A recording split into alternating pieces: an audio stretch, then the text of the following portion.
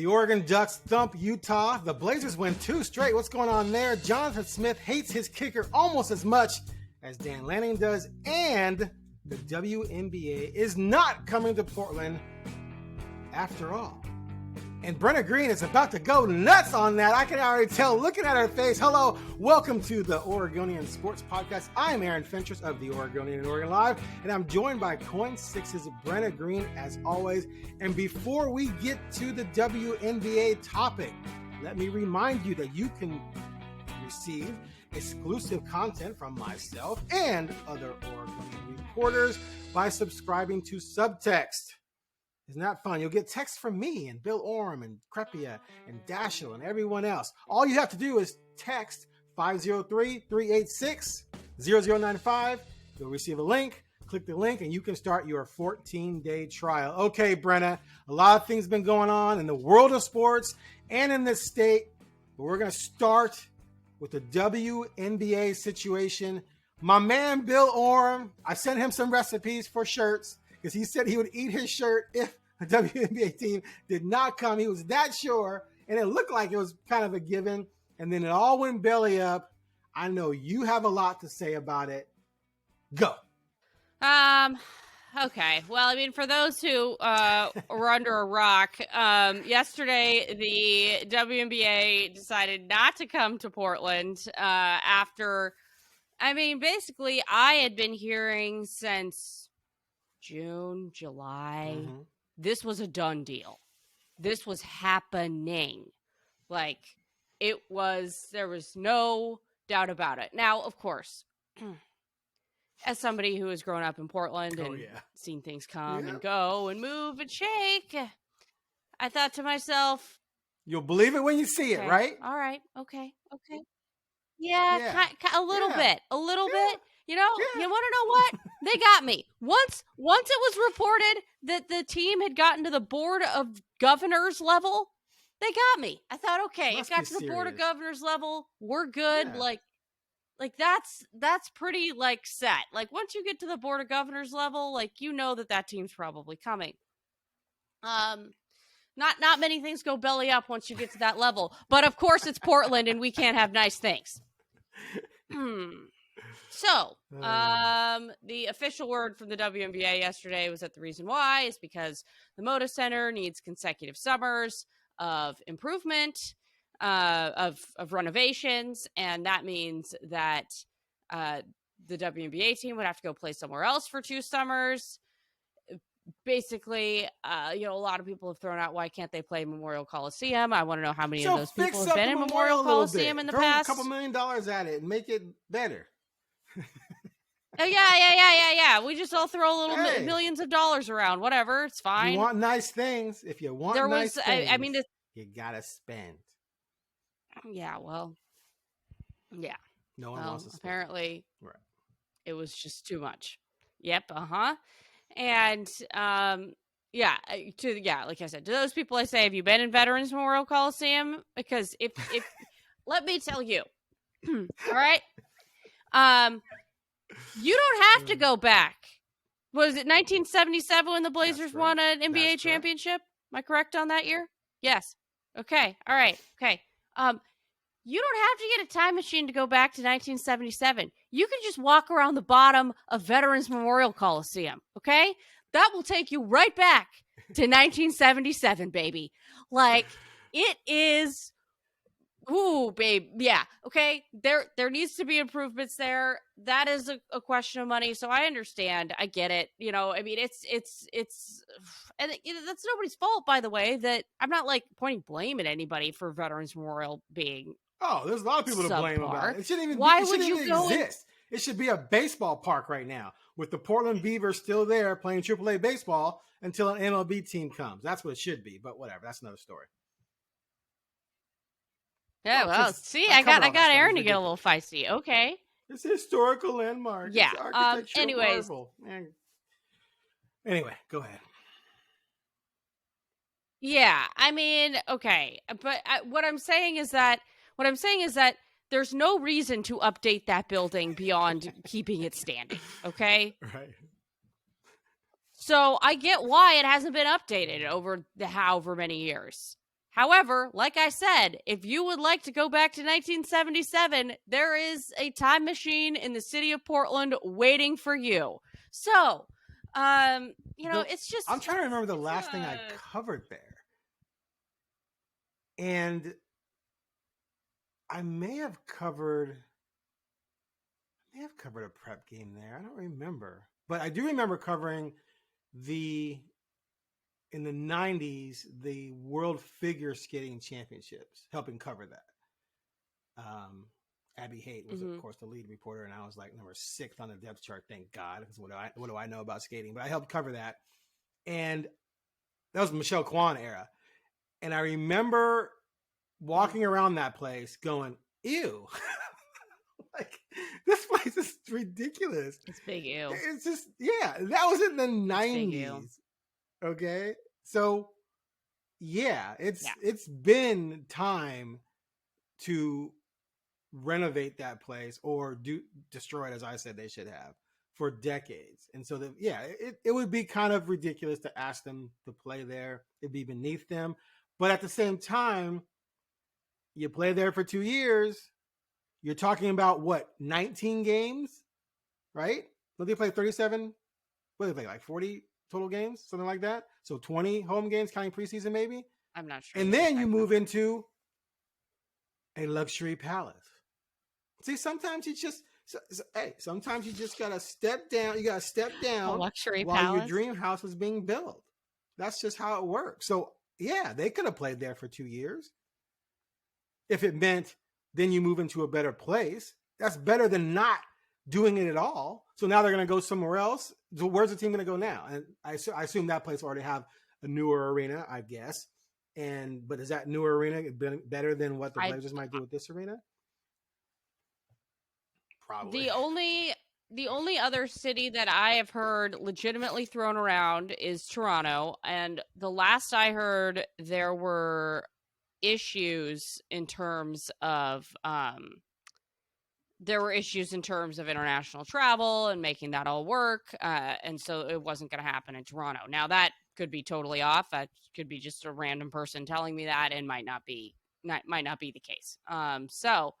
Who knows? Maybe a team in Toronto gets revived. I have no idea. Or maybe that's something that's happening right now. However, right now it kind of looks like there's going to be 13 teams. So what about the angle of the breakdown in negotiations with Kirk Brown? The local millionaire who's been running around saying he wants to do this, and that's what happened there. Is that not as big a deal as the arena, or what's going on? He has been extremely under the radar and quiet about this whole thing. I mean, he has not given an interview the entire time. He has been very, very low key. So I don't know much about him and what his situation is. So I see some reports too about the practice facility where they would practice being a major issue. And of course, you got to build or come up with a practice facility. Anyway. So there was a lot of... Okay, sorry. But here's the thing. It's not like none of this was unknown. Yeah, you knew before a few days ago. Yeah, like you knew you needed a practice facility. You knew that you were going to have to go play somewhere else for a little while. So yeah, it's all just a little bizarre. And, as somebody who I was around 10, 12 years old when the Fire played here, and I know how much of an impact that had on me and how huge that was for me. In fact, when the Seattle Storm won a WNBA championship when I was in Spokane, I did a whole commentary about it and how, this is a big deal. People don't think this is probably a big deal because they can't see the forest through the trees, but this is a big deal. And I know because I can personally attest to it. That really helped me fall in love with the game of basketball. Jackie Stiles was it, okay? I love Jackie Stiles, and I just, I remember them just kind of being gone, and that really stunk. You can't, at that age, you don't really know, you're just kind of like, oh, wow, okay, but, now that I have a little bit more perspective on it, like it really stinks for little girls in this city. And I feel for them because they don't know what they're missing out on, and the fact that they were so close to being able to watch people who look like them play basketball. And I think it just has a way bigger impact than what people, I can attest that, it had a huge impact on me. I remember going to those games and getting excited and just, being able to watch someone who looked like me. Like I said, that was huge. That was absolutely huge for me. So it's really unfortunate that they're gone. I really feel for young girls in the city who have no idea what they're missing out on, but they are missing out on something. And it's really disheartening that it was this close. We got teased, man. Like, we got teased big time. And, it says in the letter they're going to defer and they're going to come back and all this stuff. How long have we been talking about expansion in the WNBA? 3-4 years? Something like that? So, let me... And you're going to defer? Okay, so that means are you going to look to expand in like 15 or 20 years now? Like, this is not something that's going to happen, and also the Blazers, the Moda Center's not going to have its renovations done until... Can't they speed them up? That's what I was I guess they could change the timeline now. So that the WNBA could play the first 2 years in Portland to get off to a good start. But if they say screw that and start doing it next summer, then it could be fully done by 26 in theory. So maybe they come back around in 26. But, yeah. I very much don't buy that. Too. Someone asked, I saw it in a chat somewhere, someone was talking about what can the Blazers do about this? It's like, if Jody Allen wanted to, make all this happen, she could just make all this happen. Like, there's billions of dollars sitting in the trust of the estate that owns the Blazers that could make all of this happen. And, I think certain people want to see it happen, but not at the level to where it becomes a lock to happen. Because if people want things to happen 100%, they can make them happen. And there's money available to make these things happen. But, you're dealing with business people who don't necessarily want to lose money. And how many WNBA teams make money right now? Do we know? The league as a whole loses money, right? Right. So someone has to commit to basically losing money. And then you got to build, facilities on top of that, like a practice facility and renovations and stuff like that. Now, the Moda Center, the way it is fine for the WNBA. They'd play in it and they'd be cool with it. The Blazers are playing in it and they'll be cool with it. But it does need to be updated. It's 30? God, is it 30 years old?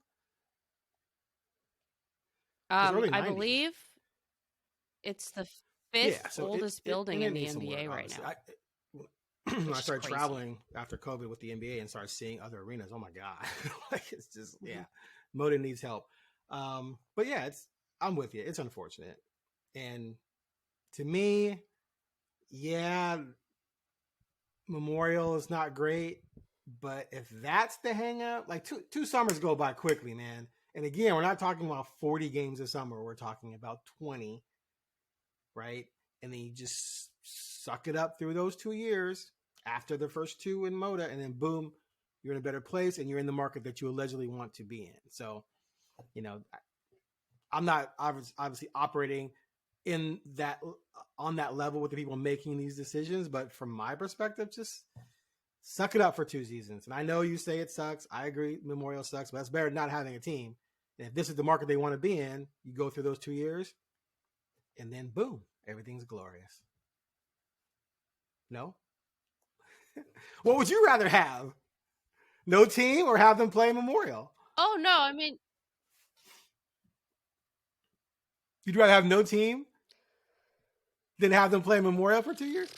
No, just what I'm thinking is that it's a little like they can practice in Memorial. Like, at that level, being a professional, playing in Memorial is a little disrespectful. But if that's what's available, then that's what's available. I mean, the Chicago Bears, obviously they were not interested one in what season, was or maybe two, played at University of Illinois because Soldier was being renovated. Was that disrespectful to the Bears? That's a huge step down from an NFL stadium. You know, they sucked it up. They had to drive the champagne. It's not an NFL stadium by any stretch of imagination. You know, and they had a bad season that year too. Brett Favre went in there on a Monday night and destroyed him. And I still have scars. But anyway, yeah, it's not played. Yeah. Anyway, yeah, people do it. The whole thing is just really, yeah, I'm sure, you know, as all things with these situations, there's always more to the story. Yeah. I gotta fix my stand here. But yeah, the whole thing as a whole is just super disappointing that everything got to almost, I mean, we got very close to signing on the dotted line. And just fell apart at the 11th hour. And it's really unfortunate for all involved. And like I said, I do not, you know, sure, I mean, maybe the Blazers decide, okay, we're going to do these renovations now. Like, let's get them done, you know, whatever. That's fine. That's great. I don't think that's going to make a difference in whether or not a team comes here in the next few years, because we have seen the glacial pace that the WNBA moves at.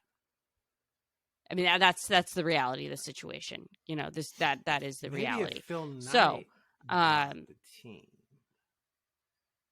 And then he committed. Well, I mean, Phil could have obviously money into the WNBA that it could happen in a couple of years. Yeah, about the Blazers. Bought the Blazers, you mean? Phil's tripping. I'm gonna say it straight out. I've been saying it the whole time. He needs to just text Jody Allen $4.5 billion. Overpay. Don't try and negotiate and be cute with it. And we're trying to get it for this and get it for that. And the valuation. No, you have to pay for the right to buy the team. Just like the PSLs they do. I don't know if they do them anymore. The personal seat licenses they try to have in the NFL. We had to pay $2,000 just to have the right to buy the seat. The same thing here. You have to pay for the right to buy the team. Overpay for it. It's just monopoly money for someone like Phil Knight. And then you own the NBA team. Do whatever you want with that entire Rose Quarter, build a practice facility for a WNBA team, bring in a WNBA team, boom, you're a hero. Anyway, that's what I would do if I had 60. I have to wonder if that whole situation is so fractured at this point that any amount of money Phil put on the table. But at least if you put an overpay number out there and the Blazers and Jody Allen say no, now she automatically becomes a villain. Now it's like, okay, she's just playing games. When it was $2.3 billion, that was stupid.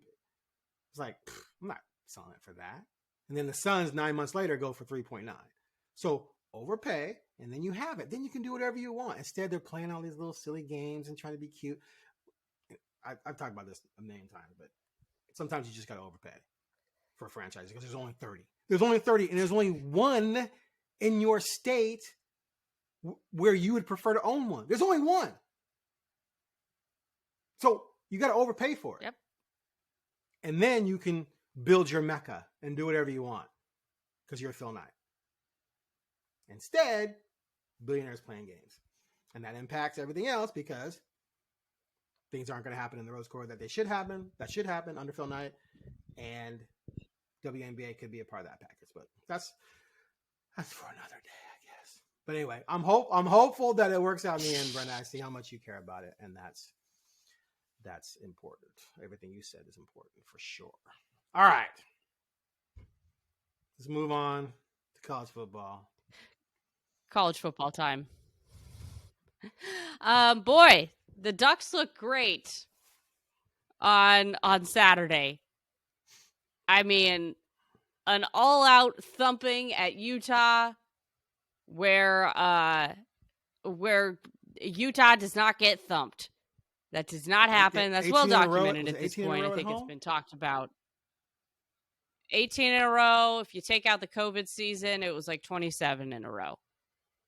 So, yeah. Whew. Boy, has the narrative on the Ducks changed in the last 2 weeks. It's a ride the wave situation. Yes, they looked great against Utah. I will totally agree with that. I wonder if now it's swung way to the other end, and now the national narrative on them has almost gotten too high, where it's like everybody now all of a sudden is like, Oregon's going to make the CFP, which I mean, I could see them making the CFP, but then there's some people who are like, man, they could win a national championship. And I'm just like, I don't know if I'm ready to go there right now. Yeah, just what do you think about how their season looks right now and just kind of how things have shifted in terms of that? They needed a legitimately big win against a good team to sort of bring everything together and tie the package of their resume together. Yes. And they didn't have that. Their best win was probably Colorado, and Colorado's a hot mess. We all know that. And they had to come back to win at Texas Tech, which is also a hot mess. They lost at UW in a very good game. That was to me the most important day of the season for them because they played really well at a really good team. So yeah, I mean, I think this was a huge weekend for them and how they did it, especially offensively. Offensively, they carved up a really good defense. Now, defensively, all you can do is play who you play. But, Utah's on a third-string quarterback. They have all sorts of injuries. They're kind of a mess. Their offenses, I think, was scoring 21 a game, and that's counting, the weak teams they played earlier. Oregon State beat them 20-7, 21-7, something like that. So, if you dominate a weak offense, you did your job. Does that mean I think that the defense is world beaters? Not necessarily, because we saw Washington put up numbers on them. Even Washington State went into Austin, passed for 400 plus. So there's still some interesting storylines being played out with that defense going forward. But things set up nicely for them. Like, you got 3 of your last 4 games at home. You played 2 losing teams in Cal and Arizona State. Although the Arizona State game's on the road, you saw Arizona State did at Washington. So maybe there's a little bit of trepidation there. But your 2 toughest opponents are at home, USC and Oregon State. USC, offensively, it's gonna be fascinating to see what Oregon's defense does against them offensively. But I don't even know if it matters because Oregon's gonna print touchdowns like they're counterfeiting in the basement. They're just gonna be able to just gash him with the running game. Bo Nix completes 70% of his passes. USC is gonna be completely helpless. So even if USC goes in there and scores 40, the Ducks are scoring 50. Right? So I don't even know at this point. Plus, if they lose to Washington this week, USC, then they're out of the playoff picture, and they're out of the Pac-12 championship game picture. Because right now they still only have 1 conference loss. But they get the second one and they're out of it. How many of those guys are going to shut it down? Does Caleb Williams shut it down? He can't win the Heisman. He can't win the Pac-12. He can't go to the national playoffs. Where is the incentive for him to keep playing? Unless it's in his contract, his NIL deals that he has to keep playing, or maybe he gives some money back. Who knows what he's going to do? I don't know. But if he gives up, the team gives up. Even if Caleb Williams shows up to Autzen, are they going to care? When you deal with paying players, you create divas. When you create divas, you create people who have certain expectations. Like Mariah Carey, when she asked you to go get her a specific type of latte at 3 a.m., and you come back with a different type of latte, you get diva moments. I know this from watching the Mariah Carey reality show for a few episodes. It's the same thing when you do this with I know. I got caught into a vortex one summer. I'm not even going to lie. Completely guilty. I watched like 8 episodes. I was mesmerized by Mariah Carey's divaness. It was incredible. Anyway, so you create that type of mentality. The same mentality with Colorado kids running around. They beat up on a team and they're flashing their, Shedeur Sanders flashing his Rolex. They're talking about their cars. They're taking their jewelry to the stadium. They get stolen. Like, you're not serious. You're not focused on what matters. You don't take a bunch of expensive jewelry to the freaking to the stadium. That's just stupid. You're not thinking about being a football player. I think UFC could completely fall absolutely to pieces. They lose to Washington this week, and then that game becomes nothing. Ducks just blow them out, and it's not a thing. So for me, clearly, right now, the biggest obstacle is Oregon State. Who's the biggest obstacle for you? Do you agree? Oh, what? Oh, we about to go at it now. Let's go. The game that scares me the most is that ASU game. No. Yes. Come on. Yes. Here's why. Here's why. Okay. Okay. They've been playing better. It's at ASU, and who's the head coach of ASU again? That's meaningless. Yeah. Kenny Dillingham, who was. What's he gonna do? I don't think that's meaningless. I mean, he knows the entire defensive scheme. Like, that doesn't matter. And, he at least knows. That's not. Yes, it He does. doesn't know what defense is coming. Okay. Anyway, go ahead. I'll let you finish. Because 3 years ago, Oregon, fell apart at Arizona State. They were 14-point favorites, I think. So, yeah, the desert, things happen there. But go ahead. You go ahead. Yeah. So, that's the game that scares me the most. Like I said, they're playing better. They have the advantage of knowing the ins and outs of the Ducks more so than any other team in the conference. And it's away. And it's the game before Oregon State, which obviously is a huge game. So I could see some letdown in there. That's all I'm saying. It scares me a little bit. Terrifies maybe a little bit. Maybe a little bit of a strong word. But scares? Yeah. Saying that it worries you, but more than Oregon State? Really? Okay, yes. So Arizona State is scoring 19.6 points per game. Their offense is hideous. Defensively, they're good. Yeah, they did a good job against Washington. Decent. They're giving up 26, which is respectable. So, okay, look, if Oregon goes in there and fumbles it twice, and Bo throws a couple picks, and there's a return for a touchdown for ASU, and next thing you know, you're late third quarter and it's close, then I'm with you. But I just don't see how Arizona State is going to score. Like they're not going to put up enough points to make this game interesting, I don't think. And I think even if they slow down Oregon, it's going to slow them. They're going to slow Oregon down to the 30s, and I don't think ASU gets more than 20, if that. I think Oregon's defense is going to be way too overwhelming for them.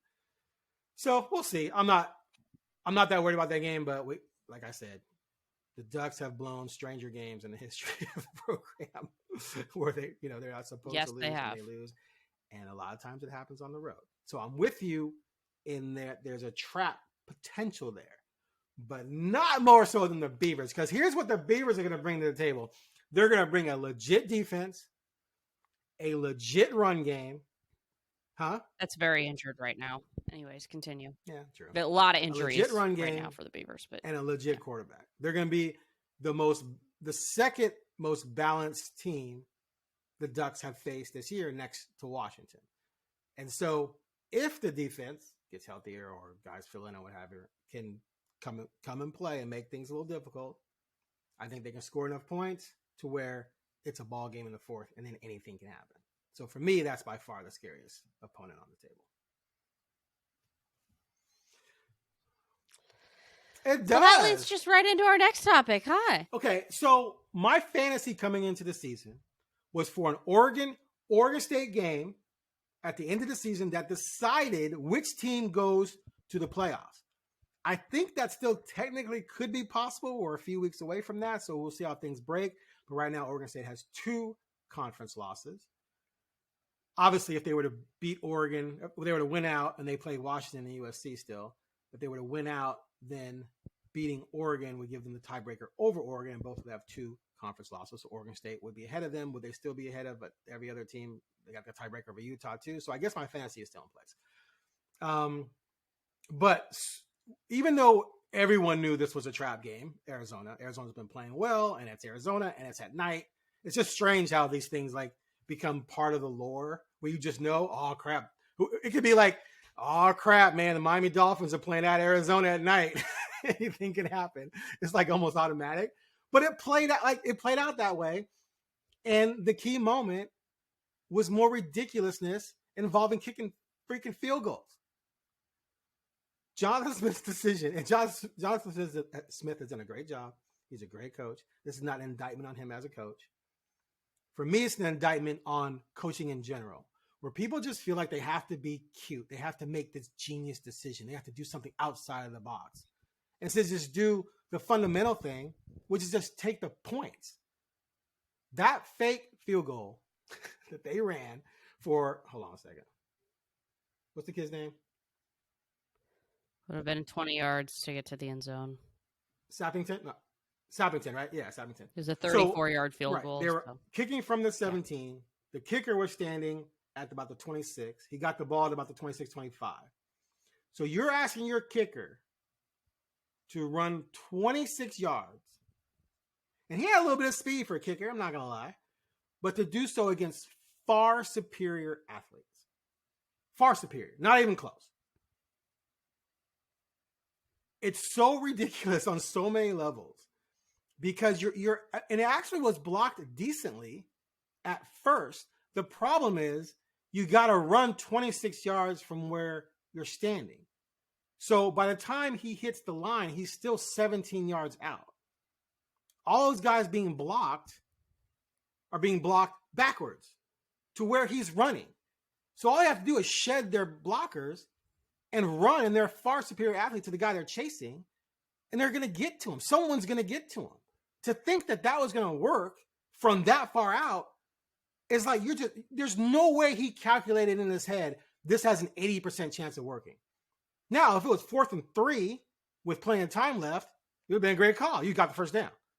But I cannot believe in his mind that Jonathan Smith said, oh, man, I think we have an 80% chance of getting this. And he said after the game, we got the look. We got the look we like. Coaches always say that. We got the look we like. Okay, the look you like for what? For a 17-yard touchdown run by your kicker? It made no sense. To Smith's credit, he admitted at the end of the game, bad call, bad decision. But I'm just flabbergasted by why coaches do this to themselves. Lanning did it to himself at Washington. I'm gonna call something here and roll the dice because I'm aggressive and I'm smarter than Washington or I'm smarter than Arizona, and this is gonna be amazing. And I'm gonna look like a genius because I'm aggressive. Well, aggressiveness cost you that game because you lost by 3. You could have been driving for a game time touchdown. And of course, things could play out differently as the game goes along. But the bottom line is he missed those 3 points, and Lanning missed having 3 or maybe 6 against Washington. So if you make these decisions, they better work, especially in big games and big situations. They better work at an 80, 90% clip, not a flip of the coin, or in Smith's case, that was less than 50% chance that was going to work. So coaches just need to stop trying to prove how smart they are. And sometimes you just have to do the fundamental thing, the basic fundamental thing that people have been doing for 100 years, and kick the flipping field goal. What say you? So just one thing, Oregon State does not play USC this year. But my bad. As you mentioned, USC might just disintegrate. So we're teetering on disintegration over there. So that might not be a factor anyway. So yeah, you've got Colorado, Stanford, UW, Oregon. So 2 tough games. Okay. Oh, see, if they can beat UW, they can make that game at the end of the year important. All right, continue. Yep, agreed. So,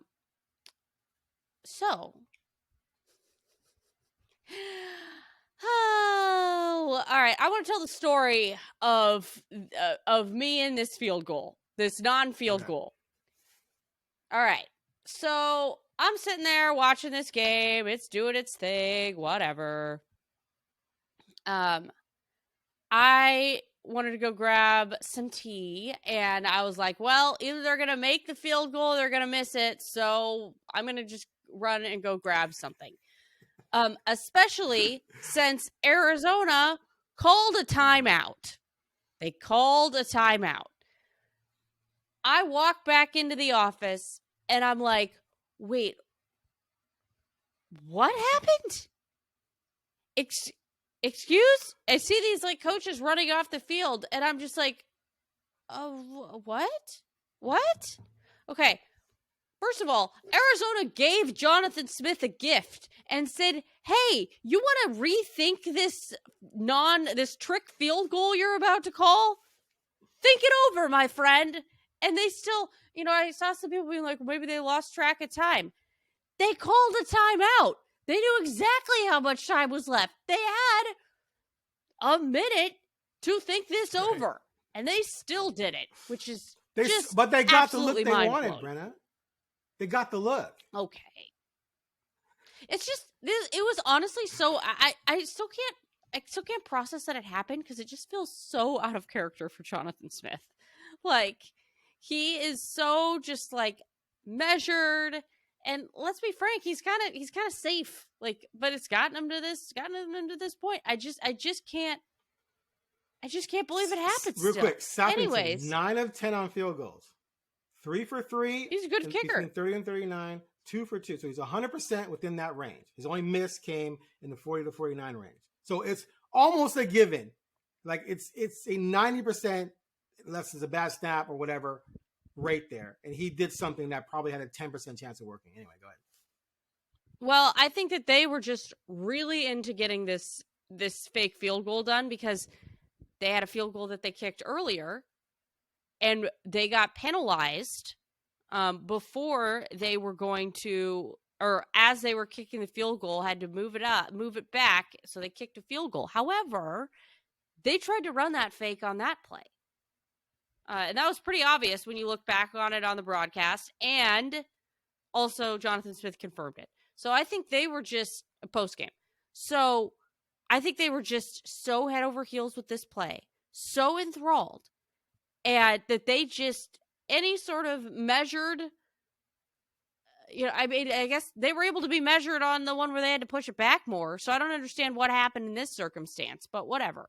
But they were so enthralled. They wanted to get it done so bad that they just made an absolutely boneheaded decision. I mean, this is just, I don't, oh my gosh, like I haven't had an outlet for it yet this week. So here we are. This is my outlet for what were you thinking? I mean, I know it's easy to go back, whatever. No, this isn't a go back one. This is even if they'd have scored on that, I'd have been like, what are you doing? Exactly. Sometimes I agree bad with you. calls can work, and sometimes great calls can fail. Yeah. This was a what are you doing? There's no way you believe this is going to work at a high rate. Anyway. Yeah. And so, I'm a little upset with Jonathan Smith for potentially making your fantasy not become a reality, Aaron. Like, come on. Because, who knows if they kick that field goal, it's 27-27 with 1:40 left, and you don't know what's going to happen. So, that's unfortunate. It's really unfortunate when a coaching decision like that directly impacts the outcome of a game, and it's pretty directly linked, So, who knows? I mean, Arizona could have gone down the field and scored a field goal, and, we could be sitting here talking about the same thing, minus the boneheaded decision. But yeah, it stinks that potentially we might not get this big game because of a decision like that. So, yeah, just disappointing. I mean, they should handle Colorado. We'll see what happens. But yeah, kind of a weird. Both the games this week should just be absolutely demolishings between both Oregon and Colorado, or Oregon and Oregon State, so Cal and Colorado. But yeah, I mean, it's just it's too bad, and hopefully they can get to that UW game unscathed. All right. Let's hope. Let's do. And then I guess anything could happen. So we shall see. But still, I mean, I'm just, yeah, there's a lot of factors, a lot of things that could happen between then and now. All right. Should we talk yeah, some hoops? It's disappointing. Yeah, Yes. sure. Blazers last night, they win again. They got wins at Toronto and Detroit, which are not, they're not. Both those teams are not going to be competing for the upper half of the NBA this year, upper quarter of the NBA this year. But still, they went on the road, they got wins. Shaden looks great. Oh, Shaden's amazing. So I just want to say for any Blazers fans listening to this, all summer, I kept saying, there's no way Scoot should be starting on this team. He's not going to be better than Ant. He's not going to be better than Shaden. I received all this pushback, all this lashing out, because Scoot was the number 3 pick, and you were told he was generational and transcendent. I think it's clear to say he's not better than Ant. He's not better than Shaden. And if this team were serious about winning, he wouldn't even be starting. They'd be starting Malcolm right now. At the point, bring Scoot off the bench in certain spots, let him play against the second units.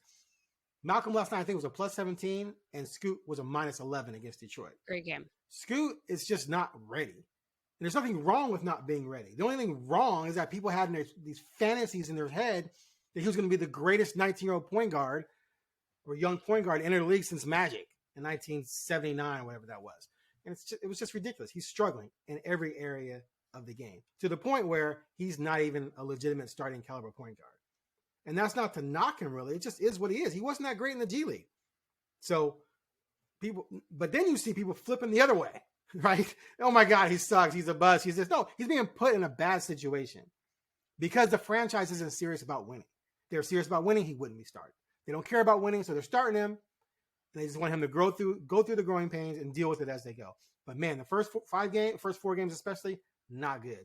Dude is shooting right now 0.056 on threes, which is just incredible. Well, sorry, he was shooting that before this game. He made 1 of 3 in this game, so I think he's up to 10% or something like that. So he can't shoot, which is what we knew coming out of the G League. Way too many turnovers to assist. However, that all said, he showed some signs in the win over Toronto. I kind of skipped ahead to Scoot because I don't care about the team. He showed some signs, but it's funny because I was writing about the signs he showed, but he was 4 of 12 from the field. He had too many turnovers and he fouled out. But he had 11 points and 7 assists. And at least he was giving you some playmaking because prior to that, he was only averaging 3 assists per game. Last night against Detroit, he started out slowly, but came out hot in that fourth quarter. I think he had 5 points, 4 assists before he injured his ankle. We'll find out soon how long he'll be out. But he was really maybe starting to hit his stride there. So some hope there for Scoot moving forward, but I just wanted to just point out that we're seeing a situation where people were overhyping this kid way too much to the point where they thought he was better than Ant and Shaden, which was just ridiculous. And Shaden showing how much further ahead he is than this kid. And Ant, of course, obviously is way better than him. To the point where now some people were panicking, freaking out about the situation. The bottom line is if you're going to play this guy, you're going to have to take some bad nights because when they play good teams, he's going to get put in bad situations. Like he just is. Now, there are 2 wins. Yeah. Here's what I'll say. They're 1-2 against teams that didn't make the playoffs last year. They're 2-1 against teams that didn't make the playoffs last year. Orlando, they lost to, and they beat Detroit and Toronto. So they're looking decent against teams that are also trying to rebuild. Against the 2 teams that are going to make the playoffs, they gave up 250 points and got completely blown out. They got Memphis coming in this weekend. Memphis is 0-5. They play them Friday and Sunday. I think they can win both games. The Blazers can. So then you're over 500, but then you hit a stretch where it's just ridiculous. You got Sacramento, LA, Utah. You got Cleveland coming up, LA again, Phoenix, like Utah again. The losses, Oklahoma City, the losses are just going to start stacking up big time. And especially if Scoot's your starting point guard.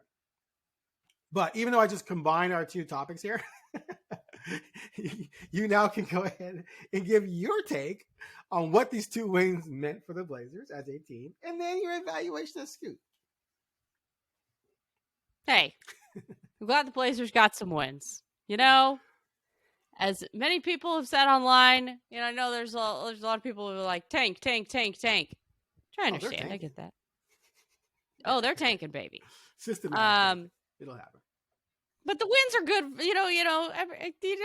Some wins are good for the vibes, as people have, as many journalists have said online. Absolutely. So we're good with a few wins. Do I think they necessarily mean anything? No, but they've had some. I mean, the most promising thing, as we kind of hit on, is that Shaden looks great. Let's go. He looks solid. He is making that second-year leap. And that is really exciting to see. So, we can only hope that we can be so lucky next year with Scoot. But yeah, like this is looking good for Shaden, and that's honestly the most promising thing of it all. Is that okay? Like this is really starting to gel for him, and that's something that Blazers fans can take solace in. And he's looked pretty decent like all year, really. I mean, he really hasn't had like a game where it's been like, right. So that's exciting.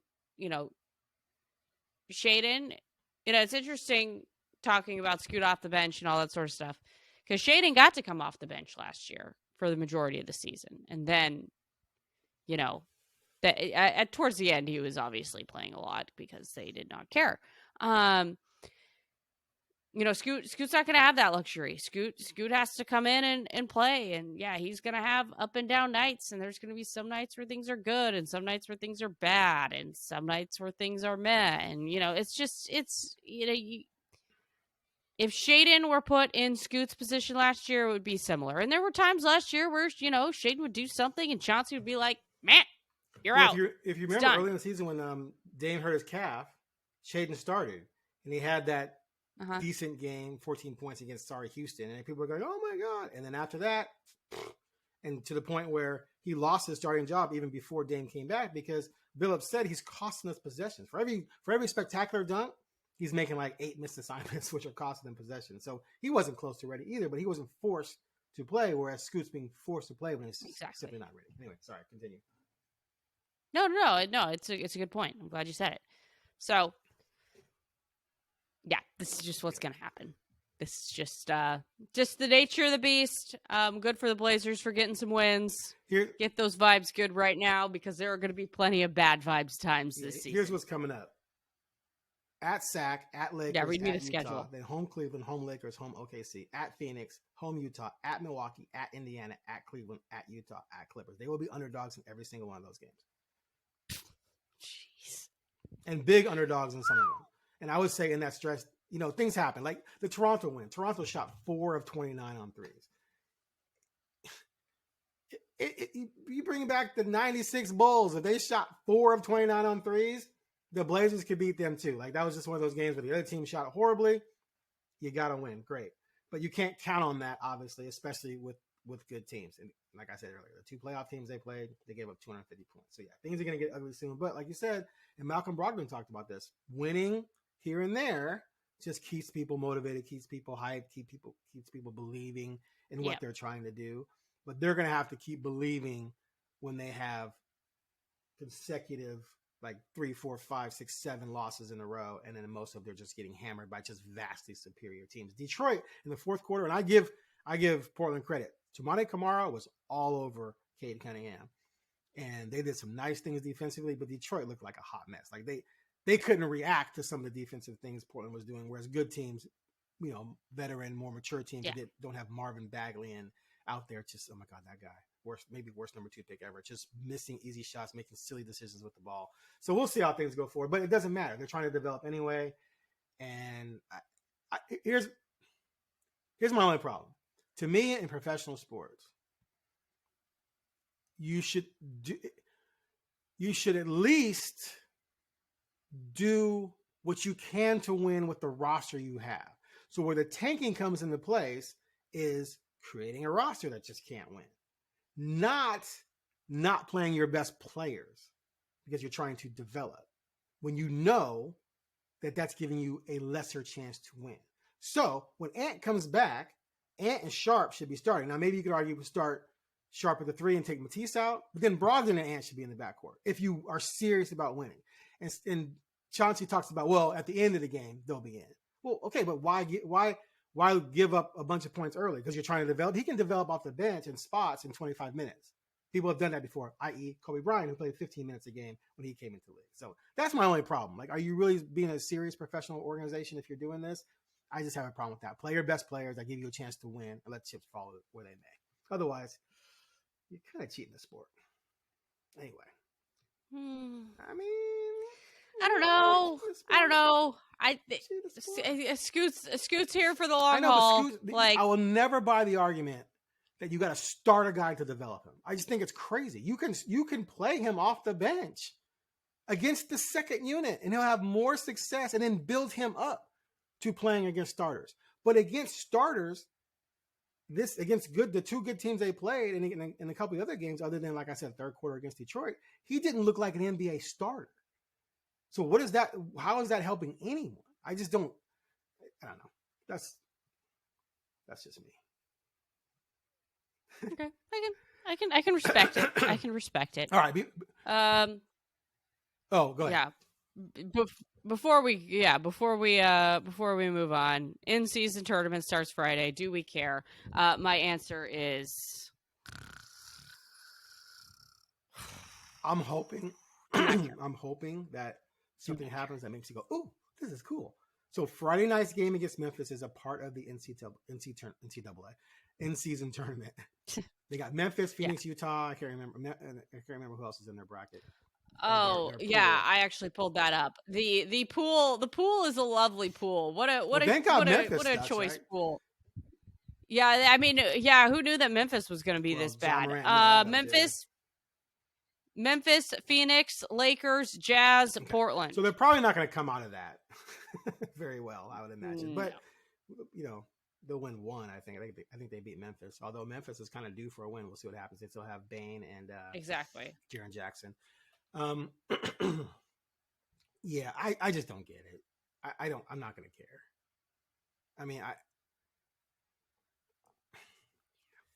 it's not for anything, Brenna. What's it for? I mean, hopefully the players care more. They're going to make some money off of it. But yeah, no, it's. You make what, $500,000 if you win it, $250 if you make the finals, $100 if you make the quarters or something like that. I mean, yeah, but for the guys making, I guess for a guy making $20 million, $500,000 is still a lot. I don't know. My fantasy is that the guy making $35 million is out on the court and he blows it, and the guy making $1 million is pissed because it cost him a bonus of $500,000. So that's what I think is going to be funny if that happens. I don't like it. I'm sorry. I think it's a gimmick. I think it's silly. I think they're begging. Just make your stars play, which is what they're trying to do. That makes the regular season more compelling. Make your stars play. There's probably other things if they made the NCAA tournament worth, like if you won it, you got automatic. If you make the playoffs, you get automatic home court in the first round, regardless of your seed. I mean, that could be interesting, just in the first round only. Yeah.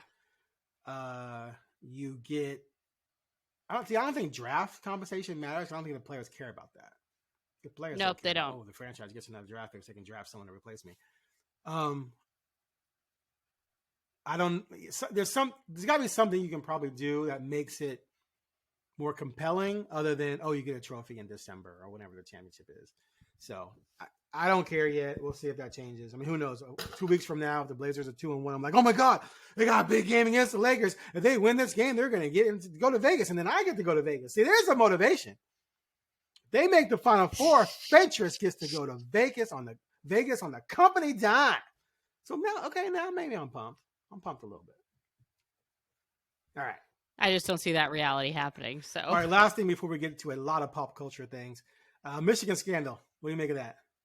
Is Jim Harbaugh guilty? He knew. There's no way he knew. How could he not know? How can he not know? How can he not know this guy was out there doing this? And then how can he not know that this coaching staff was taking advantage of what they were doing? And it doesn't make any sense. And I love me some Jim Harbaugh. I'm a Bears fan. I've been wanting him to become the Bears coach forever. Maybe this will get him bumped out of the NCAA and the Bears can hire him, which I wouldn't care about the scandal at that point. That's college. Who cares? College is just riddled with scandals. I mean, all of college football is a big, giant scandal. It has been since forever. It's all smoke and mirrors nonsense. We all know it. Nick Saban didn't win 6 or 7 national titles because he's the best coach. He won them because they were cheating. We all know it. Everyone knows it. So let's just accept it for what it is. If you're not cheating, you're not trying college football. So I don't care if he gets fired and banned from the NCAA. I would take him as the Bears coach. But to pretend that maybe he didn't know, to me, is ridiculous. However, I do always believe let's let all the evidence come in first before we pass judgment. But in this case, my God, it does not look good. If he didn't know, he's clueless. That's somehow worse. Like it's like there's no good answer here. If you somehow legitimately did not know, which your son was like very involved in this from what it seems. Yeah. Okay. Sorry, real quick. We didn't explain what this is. So a staff person was going around the stadiums, buying tickets, watching games, and filming the sidelines to steal signs from opposing teams within the conference and national playoff contenders that the Michigan Wolverines could possibly play. That was a scandal.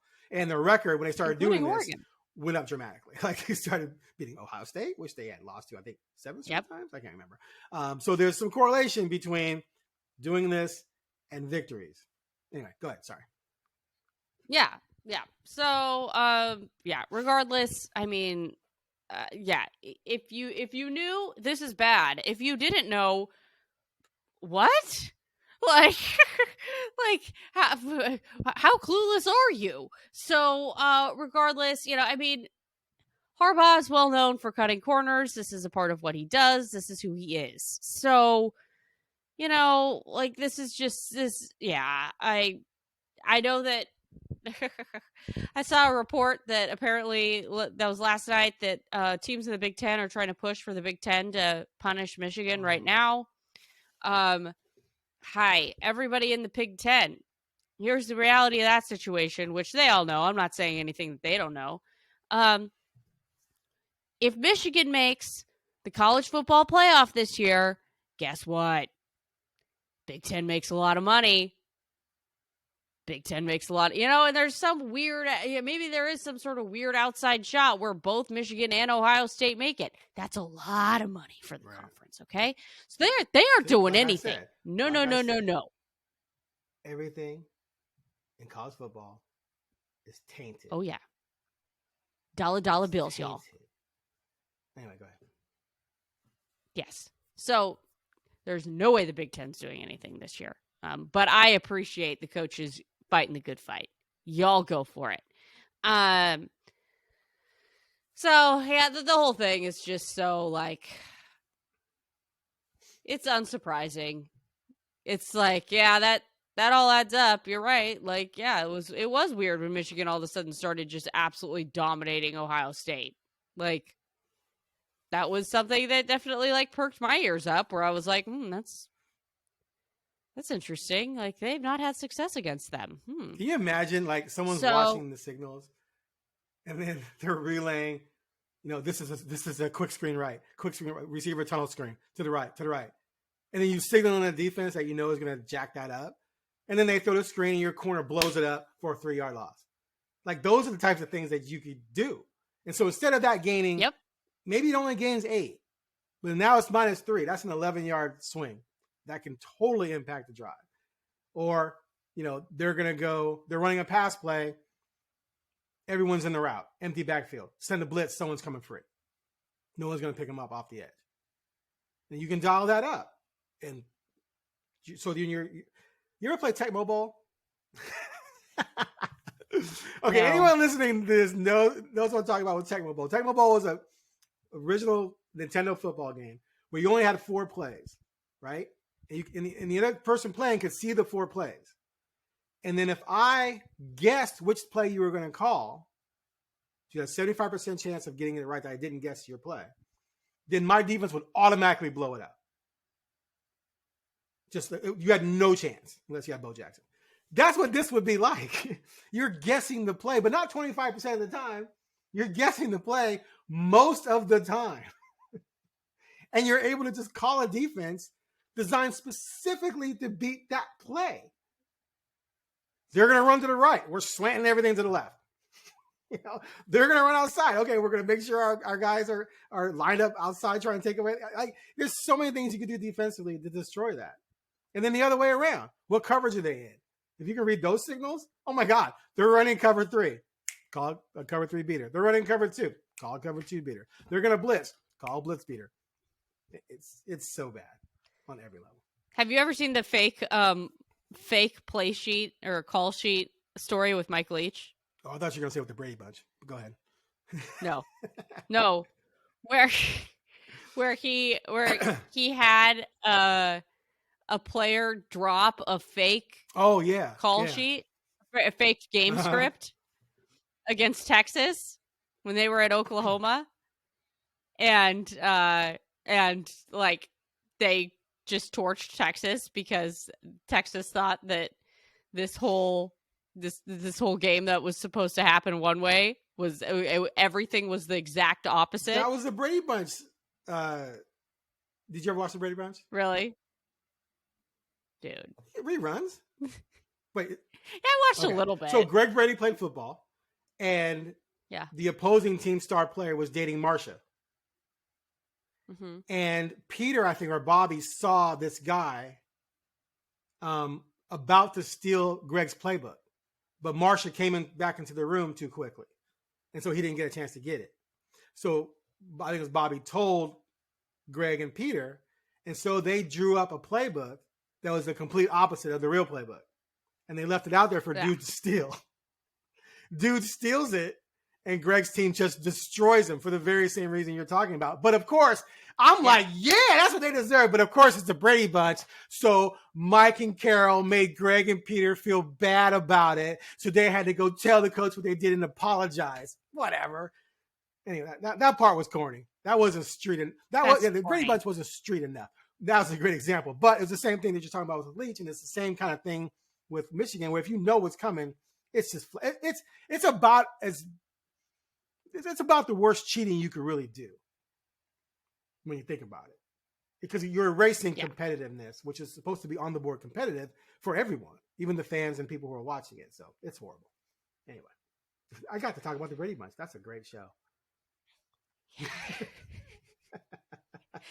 All right, we can skip over anything Taylor Swift, Travis Kelce related, because they have not. She was not at the last game. She will not be at this game. She will not be at the game after. So we're getting a bit of a hiatus. I know she's the good luck charm. Not only did they lost, they looked horrible. They scored 9 points, right? No, God, against Denver.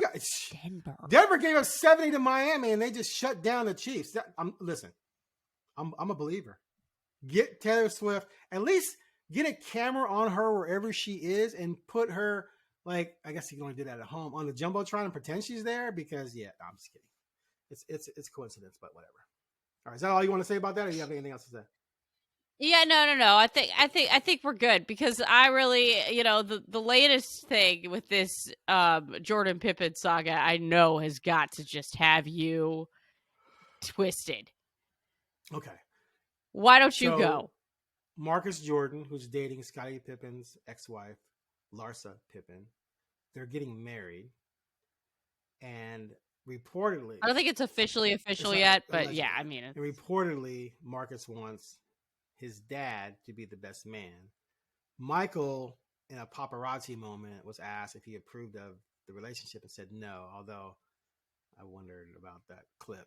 People just doctor too many things. But anyway, apparently he's not necessarily down with it. What else is he going to say? I mean, I think he went back to them and apologized about it. Yeah, he apologized for saying it. Doesn't mean he didn't mean it. Right? Yeah. But it's awkward. There's no way it's not awkward. Come on. Your son's dating your star teammate's ex-wife? Yeah. Anyway.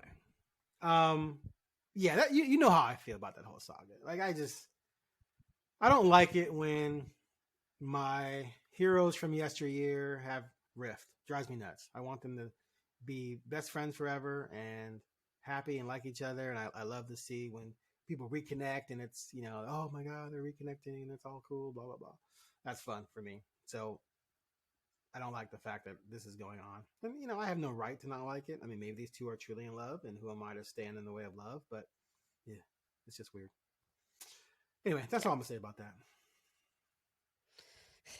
I did see that Larsa said that she would consider having the wedding on Real Housewives of Miami. See, this is what I'm talking about. This is what I'm talking about. It's just... She was like, yeah, I don't know if it would happen because, his family and my family. I was like, yeah, I don't see Michael Jordan letting you having the wedding on reality TV. The mere fact that that's where your mind goes is just, to me, weird. And I don't know these people. And I'm not trying to judge too harshly, because I think sometimes it becomes too unfair when you're judging from afar. But come on. Just have a wedding. Don't. Anyway. It's just hard. All right, speaking of truly sad news, I assume you grew up on Friends. Am I wrong? You weren't a Friends? Okay. First of all, I was a little outside of the generation. Okay. When were you born? And my parents. When were you born? 1990. Well, I was born December 30th, 1991. So in the Friends series started in 94, so you were only 3. Okay, I guess I'll forgive you. Actually, I was only 2. You never caught up in reruns? Yeah. No, not really. No. Okay. Well, anyway. I did watch. I remember. I did watch the final season, but I mean, it took a lot of work to get my parents to let me watch it. Like I remember that. Because it was like, a little risque. It was a little risque. Everyone was sleeping with everyone. Yes, exactly. So, yeah, that I was a little bit outside of the realm. Like I said, I remember being diligent about watching the final season because it was like, oh my gosh, you had to watch the final season. If you didn't watch the final season, you showed up to school the next day and you hadn't watched the final season. Like, what was wrong with you? So I had no idea what the heck was going on. I'm not gonna lie, but I did watch the final season. Well, but yeah, I mean, it's still obviously very Matthew sad. Perry passed away this week, age 54, I believe, 53. Yeah, 54. He's one of the most, one of arguably one of the most iconic groups in TV history, no doubt. Friends, just a massively popular show for people not named Brenna Greene. I've watched every episode. It was on before Seinfeld. That Thursday night lineup. God, what was the other show? With Will and Grace. Was Will and Grace on Thursday nights with that group? I think they were. Was it? I can't remember. Anyway, so you had Seinfeld, you had Friends. Frasier? Frasier. Yes. Yeah, that was a killer trio. That ranked up there with when in the 80s when you had Family Ties, Cosby, and Night Court. Anyway, he obviously had some substance abuse issues for years. He talked about almost dying before. So, it's definitely a sad situation from an entertainment standpoint. But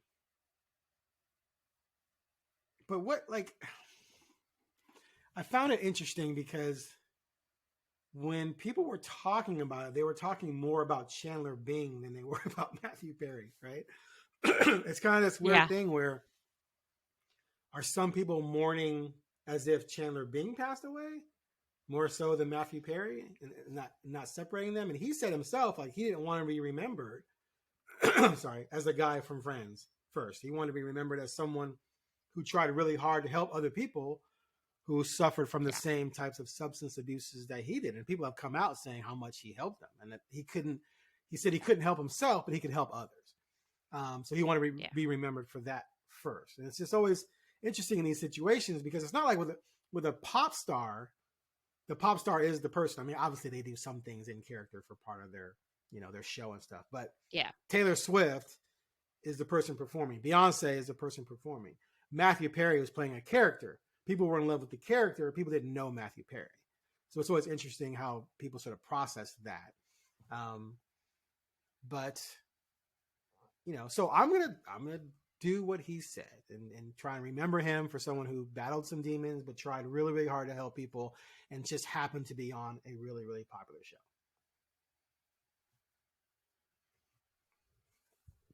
I guess it's a little bit easier for me to remember him as Matthew Perry, considering, I just wasn't as connected to Friends as other people were. So, yeah. Anyway, all right. Man, we touched on a lot. Yeah, we did. Any thoughts on Bobby Knight? I tried to go speed round for the last Any thoughts on Bobby Knight passing? Let me ask you this.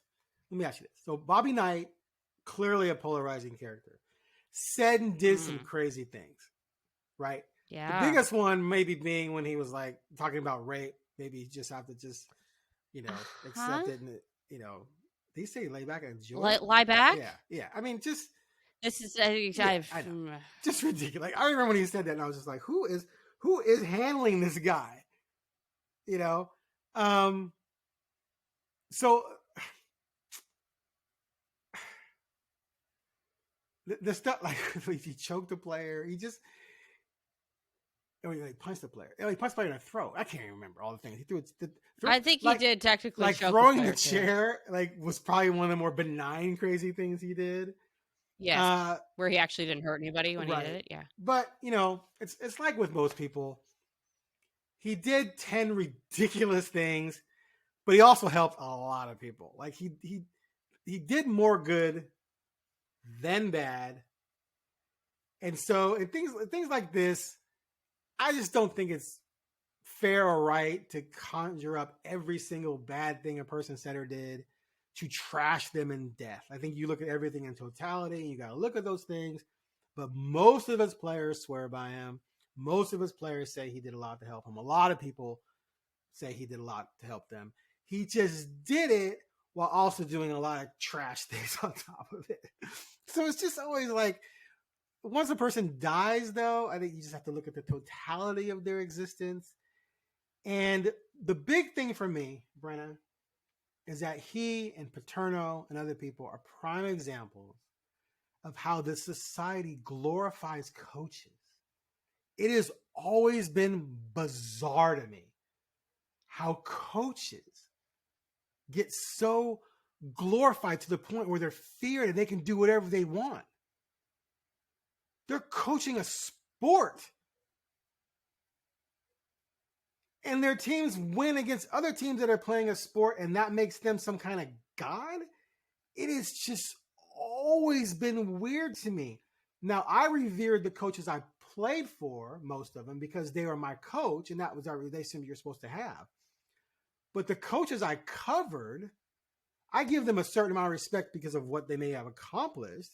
But when push comes to shove, you just gotta, speak truth to power, right? But it's just always amazes me. And the fans will either turn on coaches too quickly or they'll just glorify these guys to the point where they're supposed to be gods. And it's just comical to me. And this is I think we're moving a little bit away from that, but Bobby Knight's a great example. He should have been put down. I'm not saying necessarily fired, but he should have been handled a long time ago. But the University of Indiana valued the victories. And so he was allowed to run amok and act a fool. When all you needed to do was suspend his ass, right? Maybe even sit him down for a season or reprimand him or fine him or do a bunch of, then he'd probably straighten up. But it was allowed to just carry on. And so he kept carrying on and he was treated a certain way. And that's why things fell out of his mouth that were just stupid. Plus he was from a different era where that's how some idiots thought, right? Because they couldn't show any compassion or understanding for the other side of it. So, just lay back and just enjoy it. Like, idiot. Anyway, so in death, I always try to look at the totality of a person's life. I think he did more good than bad, but he's a prime example of how the society glorifies coaches, and I'll never understand it. It just, it baffles me. Some people have said to me, "You're afraid of this coach." I'm not. I always say, "What's the coach gonna do? Make me run stairs? What's he gonna do? He's not gonna do anything to me." I remember Chip Kelly. I can't believe you asked Chip Kelly that question. You should show him respect. I show him respect, but I'm gonna ask him a legit question. I'm gonna ask questions that need to be asked because I don't worship this guy. You worship him. I don't worship him. You worship Mario. I don't worship Mario. Anyway. We used to worship Mario. Anyway, sorry. Rant over. Your thoughts?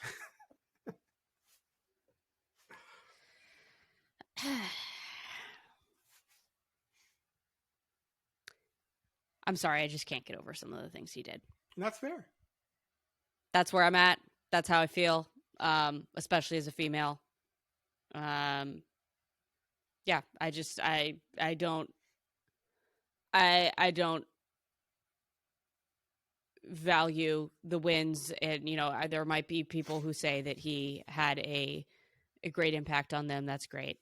I think that there are also a lot of people that he traumatized over his career, and I think those people value are way more important than the people that he probably had good relationships with or whatever, because some of the things that he did were just unconscionable. So I'm sorry. I can't get past those things. I will not be able to get past those things, especially the rape comment. I can't do it. So that's where I'm at. That's how I feel. And I think that a lot of females would agree with me. And it's fair. I mean, there's no doubt. Was it Connie Chung interview? Was it a Connie Chung? I think it was a Connie Chung interview. And it might have been, God, when was that? Was that before you were born? Sure, I hope it was. It might have been before you were born. Connie Chung, 1988. Yeah, it was.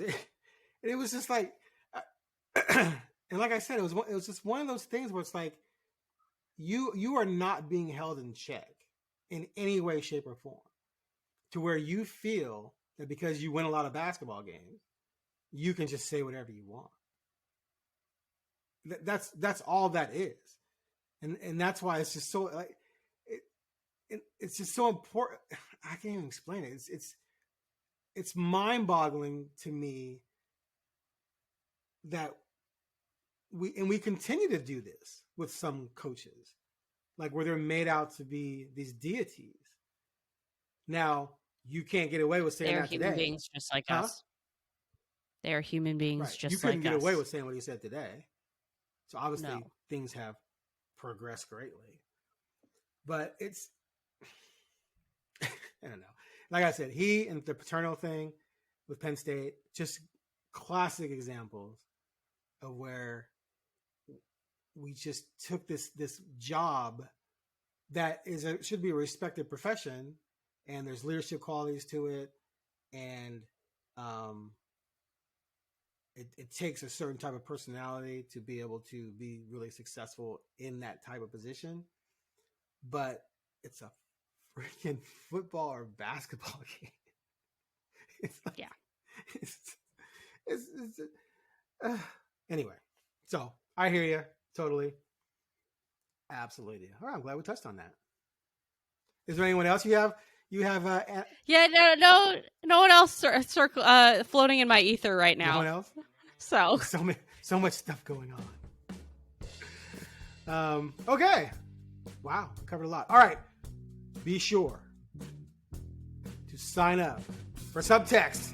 You will get text directly to your phone from Bill Orm, James Crepia, Nick Dash, and myself, and others about all things sports related to the state and the world. All you have to do is text 503-386-0095. You will receive a text back with a link. Click on the link and you can start your 14-day trial. All right, Brenna, good stuff as always. We got a big Oregon Station win this week, right? We're not that worried. We're not that worried. Am I going to see you at Moda? No. High school football Friday. What about Sunday? Oh, you got your Sunday night show. Right? Thorns play. Sunday night show? Thorns. Oh, Thorns. No. Playoffs. Thorns Playoffs. Yes. Okay. All right. Well, I guess I won't see you at Moda. Yep. You missed the end of the season tournament. Too bad for you. Oh, man. As you could tell from earlier this podcast, I'm just so upset about that. All right. Thanks for listening. Please click that subscribe button and give us a positive rating. We'd appreciate it. And we'll catch you